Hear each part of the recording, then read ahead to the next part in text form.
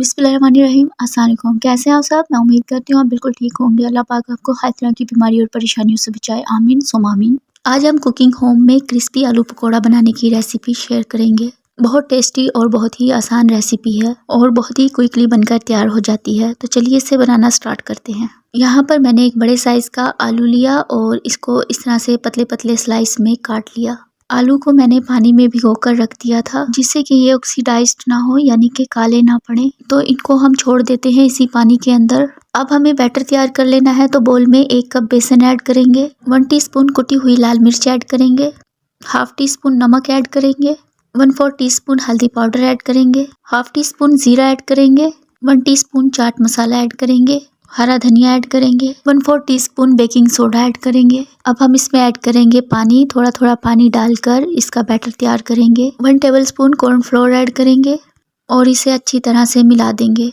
और अब इसे हाथ से फेंट लेंगे जिससे कि इसमें एयर फॉर्म होगी और हमारे जो पकोड़े हैं वो फूले फूले से बनेंगे। हमें इसकी कंसिस्टेंसी इस तरह की चाहिए है कि जब हम आलू के पीस को इसमें डिप करें तो ये अच्छे से कोट हो जाए। ये देखें इस तरह से। तो अब हम चलते हैं इसको फ्राई करने के लिए। यहाँ पर ऑयल को मीडियम फ्लेम पर गरम कर लेना है और अब हमें इसमें आलू ड्रॉप कर देने हैं।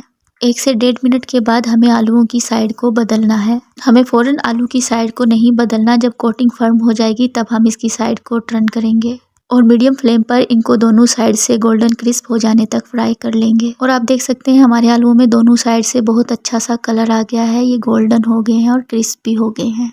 और बस अब हम इनको एक अब्सॉर्बिंग पेपर पर निकाल लेंगे और बाकी के जो पकोड़े हैं वो भी सेम मेथड फ्राई कर लेंगे। तो इस तरह से हमारे आलू के बहुत ही ज़बरदस्त पकोड़े बनकर तैयार हैं। आप देख सकते हैं कितने क्रिस्पी बनकर तैयार हुए हैं और अंदर से भी परफेक्टली कुक है। आई होप आपको ये रेसिपी पसंद आई होगी। वीडियो पसंद आए लाइक कमेंट सब्सक्राइब कर दीजिएगा। दुआओं में याद रखिएगा। अल्लाह हाफिज़।